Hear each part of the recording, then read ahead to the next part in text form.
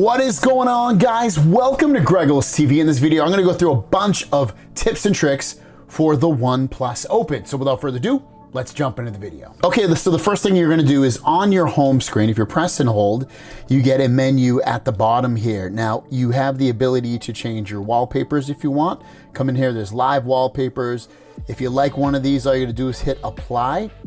You can also come down to static wallpapers and choose any of these, and when you tap on these, you can choose between different ones that they have and go from there and resize it if need be. When you're done, hit apply and you can go from there. Going back to this menu, next you have icons. If you tap on icons, it allows you to change certain icons on here. So you can see you have your Art Plus icons, which are redesigned icons for third-party apps. So you can turn it on right there, and you can change third-party apps and things like that. You can come in here and customize and change the shape of what you want your icons to look like. So it just depends on what you want. When you're done, you hit apply. You can make them, bigger or smaller, however you like. You can also have your icons show the app names or not. And if you wanted to, if you're gonna show it, you can also do it to be larger or really, really minuscule. It's up to you. When you're done, hit apply. Next up, you got widgets, and widgets are really easy and cool. It allows you to add certain things on there. So for instance, if I want my Apple Music recently, I'll press and hold on that, find a place where I can put it. Maybe I want to put it on this page. When I'm done, I can just hit done at the top right. And now I have this little icon that I can tap on and go in here and listen to music or whatever I want. And it's just a way to put an app on top of your screen. You can press and hold it. Sometimes you can resize these. You can make them bigger or smaller. So there you go. Sometimes you can do it. And when you want to get rid of it, just press and hold. And you can press and hold it and then hit remove widget. If you go to more, this is where you can go into your home screen mode. If you're coming from an iPhone and you love having, no app drawer when you swipe up from the home screen, and you just want standard mode, you can hit apply. And when I hit apply, it's going to apply that. And you can see all my apps are going to show up here. I don't have to go up to see all my apps. Literally all my apps are right here. So you might love that. I don't personally love it. I love having a app launcher. So I always do the drawer mode. And when you have drawer mode, you can add apps to home screen when they're downloaded. You can also show app suggestions. So I'm going to switch this back, and you'll see what my home screens are back. And when I swipe up, I have my apps as well in a vertical orientation. And I think that's a little bit more neat and allows you to control it a little bit better. You have your lock screen home layout. So if you're constantly moving your apps around, if you turn this on, you will not be able to move your apps on your home screen unless you come into the setting and turn it off. So keep that in mind. It's helpful for older people. Icon autofill, this will kind of line up all your icons if you turn that on. Double tap to lock. You can double tap any empty space on the home screen to lock it. I keep that on. I think it's very, very helpful.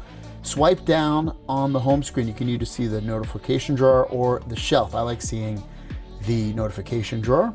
Raise to wake, so when you lift up the phone on the lock screen, it'll raise it up. Double tap to turn on and off the screen when it's on the lock screen. Lock screen shortcuts, you can come in here and change it. I currently have it set to Google Assistant, but you can also change it to device controls, like to control your home equipment. If you are constantly scanning QR codes, you can do it from there, or you can have nothing at all. It all depends on what you want.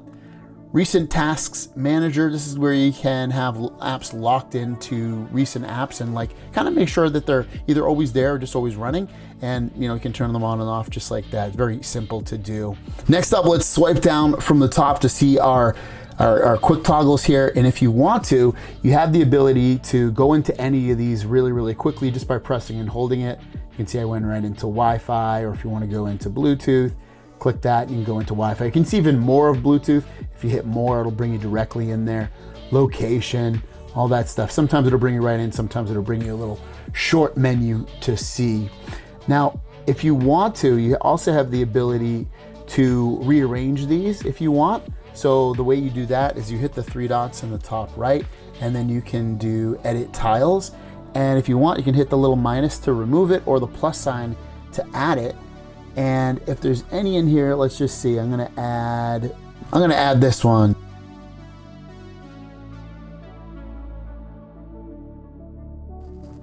And And you can, just like that, you can see I can move them around too just by pressing and holding them if you just want to move them around and then letting it go. Once you're done, just hit the back button. And then going back here again, if you hit the 3 dots, you can go into active apps, and this will show you these apps still run in the background. Even when not in use, this improves their functionality but consumes more power. So you can stop these if you want. Coming back here one more time, hit the gear on the top right. That will bring us into settings. So now that we're in settings, what you want to do next is go into connection and sharing. This is where you can set up a personal hotspot if you want. You can tap on that and set up your hotspot if you ever want to share your phone and the password and all that stuff. So it makes it easier, and sometimes, because sometimes these passwords are a little crazy, you might not want that crazy password right there. It will allow you to change the name of your Wi-Fi for when you're sharing your phone, and also the password. When you're done with that, just hit the checkbox at the top right. Next up is the main screen. So this is the, right here, the main screen. You can see taskbar, quickly switch between apps and view recent tasks. So if I turn that on, you can see quickly open the app library and recent files. Touch and hold an app and drag it out of your taskbar to open it in split view or a floating window. I'll show you that in just a moment. But you can see items in the taskbar. You can show your app library if you want. That's down there. By default, all this stuff's turned on. Recent files, you can turn that on. I turned it off because I didn't think it was needed. Recent apps and suggested apps, that's down here on the right. I can turn that on and off if I want.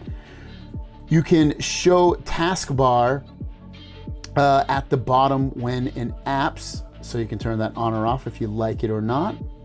You also have touch and hold to hide or show the taskbar, so I can press right here and it'll hide and go away depending upon what you want. Next up is wallpapers and style. Again, you can come back here, change your wallpapers like you did, change your always on display if you want. It's very easy. You can turn the always on display on and off as well. It can show contextual information such as music playback and stuff like that. You can go to more display settings and do a power saving mode, or have it scheduled all day or show it all day. You can also have the information that it shows. You can turn this stuff on and off. You can say, just tap it. New notifications, you can show notifications on the lock screen or not. It's up to you. And then again, you can choose these different personalized patterns as well to change your always on display. You'll see there's mine.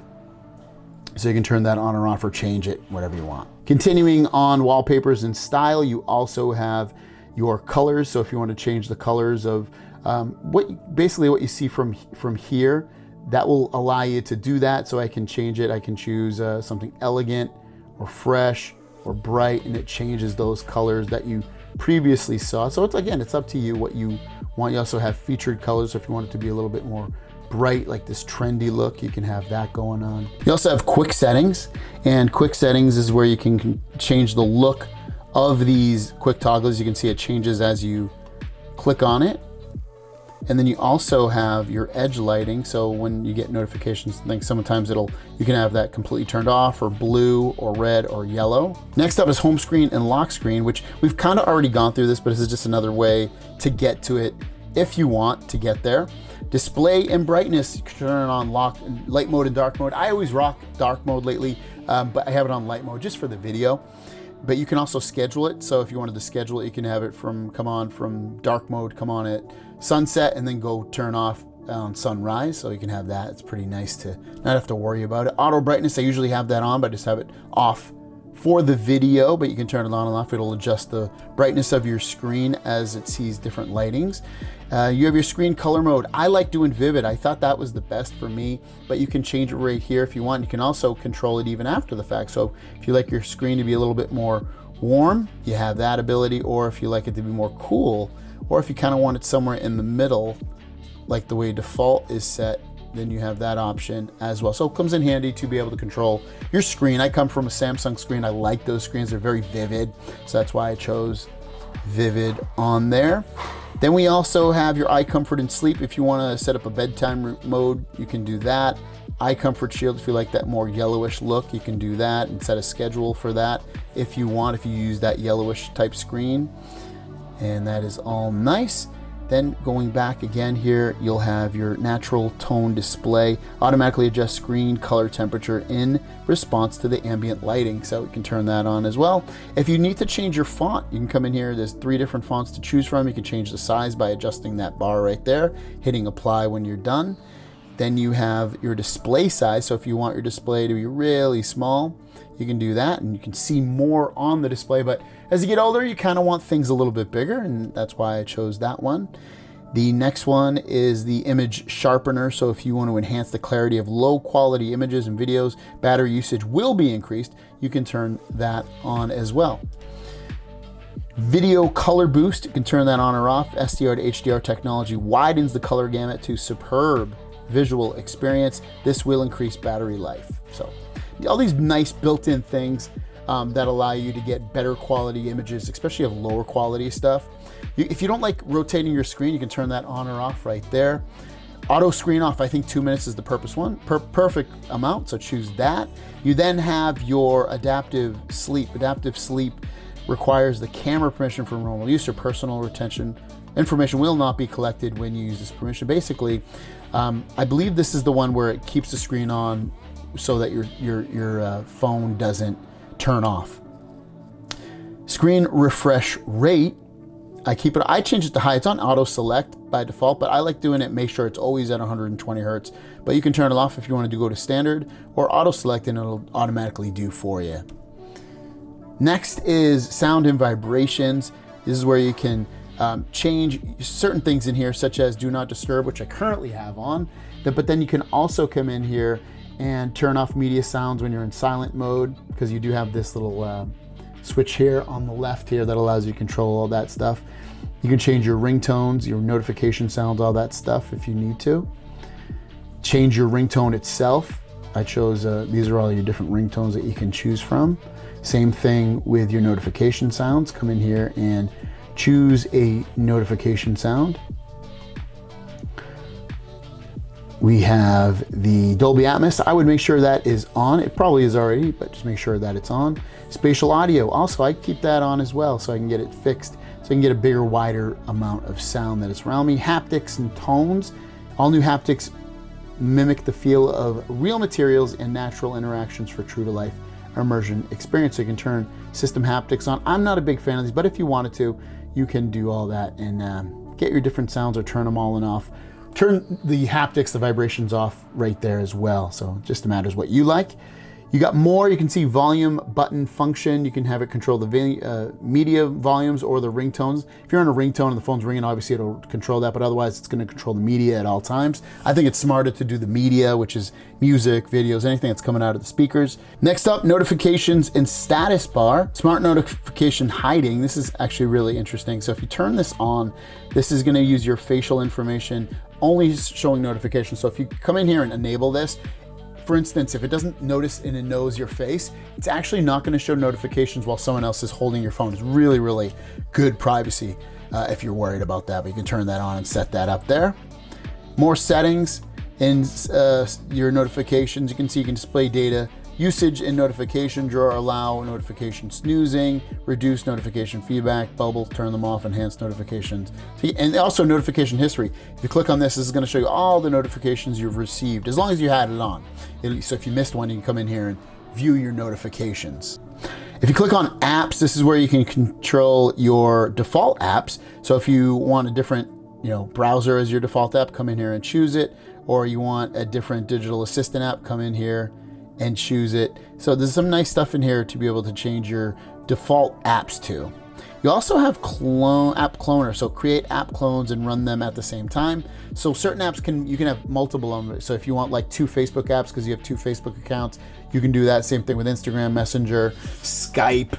All these apps right here, you can clone them and have multiple accounts signed into them. This is a cool one. If there's apps that auto launch and you don't want them to, you can come in here and turn them on and off right here. Next, tap on security and privacy and then go into device lock. If you come in here, you can change the pattern that you set up or whatever, the PIN code. You can set up your fingerprint. Tap on fingerprint real quick.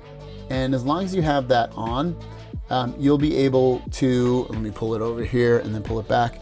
You'll be able to, one thing I would do is enter home screen after unlocking. That's a definite one on there, so I'd have that on screen off unlock. When the screen's off, I would have a light touch unlock the phone. You can also add an additional fingerprint you have, and then you also have the face one too. So if you tap on face, you can do the same thing. So with face unlock, you can have it brighten the screen if you want, or require your eyes to be open, or turn it on and off. You can also have the enter home screen after unlocking. I would definitely turn that on as well. Next, go to special features and then go to smart sidebar. I have it turned on, but basically if you swipe over from here, I have these apps or things that I can do real quickly. If need be, I can hit edit and add more things in here. That way I can get to them quicker. But they're just like little shortcuts that allow you to get to certain things. If I want to take a quick screenshot, I can tap that and it will take a screenshot. I can turn that on. You can see it took the screenshot already. I'll do it again real quick for you. So I tap the screenshot and there you go. I get a nice little screenshot. Kid space, if you do this, this will allow you to do a dedicated home screen for kids. You can select the apps that they use. So if your kid is gonna be using this phone all the time or sometimes, and you wanna set up a space that is safe for them, you can come in here and do that. You also have a Zen Space, a flexible app that helps you stay focused. So if you wanna stay focused when you're using the phone, it's kind of something similar. You can start it at certain times or for certain periods of time as well. Next, go to additional settings. You have system navigation. If you want to use the buttons like old school, you can come in here and turn that on. I like the gestures. They work awesome. So I like the gestures. I keep those on all the time. I can hide the gesture guide by, see it at the bottom there? You can hide it. I don't need to see it because I know where it is. Next up under additional settings, we have gestures and motions. In here, you have screen off gestures. When the screen is off, you specify gestures on this. So if you come in here, you can actually do certain things to open up the screen or do that. So first of all, double tap to wake or turn off the screen. I have that turned on. Draw an O to open the camera. So I'll just turn this on just to show you real quick. If the screen is off, I can draw an O. So you have to have the phone closed, at least from what I've seen. If I draw a V, it turns on that on and off. If I do this, see if it turns on the camera. It's not. But, oh, there you go, finally, turns on the camera. If you turn some of this other stuff, which I've done a separate video on, but I'll just show you real quick. You can take screenshots or different kinds of screenshots with 3 fingers and press and hold it, and it'll do, different stuff. So you have the ability to do some cool stuff in here with 3 fingers as well. You have air gestures. I don't think this is cool at all, but if you like it, you can answer and mute your calls or scroll up and down or play the pause. I haven't even tried it, but there's been other stuff with like Samsung phones with the S Pen. I just think this stuff is really gimmicky, but you can come in here and turn it off and try it if you want, see if you like it. The other stuff is motions, raise to wake up your phone, lift to air to answer your calls, auto switch to a receiver when you lift your phone to your ear, flip to mute incoming calls. Says some nice stuff there. About device, you can tap on this and you can check for updates if you have any updates that are worthy of your downloading. You can also check how much storage you have left. You can change your device name if you want. You have the amount of RAM, you have the screen size, the specs, basically all the specs, major specs about your phone. Go to users and accounts. You can come in here and you can set up multiple users if you want to turn that on. So you can set up multiple users on here if you have a kid or you want to hide stuff from people. You can come in here and easily do that. So if you want to multitask, you can open up a app. And then from the bottom here, you can drag in another app. Maybe you want to put Chrome, so I can have both of these apps open. I have that app and open. So if I want to bring a third app in, I can and press and hold it.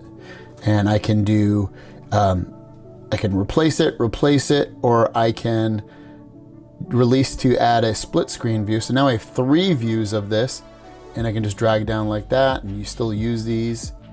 So kind of cool that you can do that as well to have multiple windows set up. Next, go into your camera. So let's open up your camera. You're probably gonna wanna change the video to 4K. So just switch to video at the bottom, and then on the left here, you can see you can switch between different resolutions and different. I would just do 4K 30. I think that's a pretty safe bet to do. And you can also make sure that all these other cameras, I think they automatically switch, but you can make sure that these other cameras as well are set to 4K 30.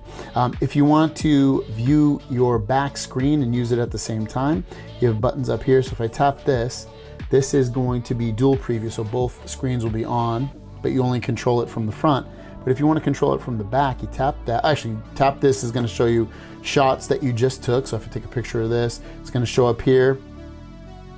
And they're just going to keep showing up there so you can see your preview of what you're looking at. But if you tap this, this allows you to, you can see cover screen is on, and I can take videos and photos with the back screen on here by tapping that button. When you're done, you can just swipe up to continue. And again, I'll show you one more time, tap that, and it allows you to use these back cameras to take better photos and videos. So there you guys go. Those are my tips and tricks for the OnePlus Open. Thanks for watching. Have a great day, and we'll see you down the road.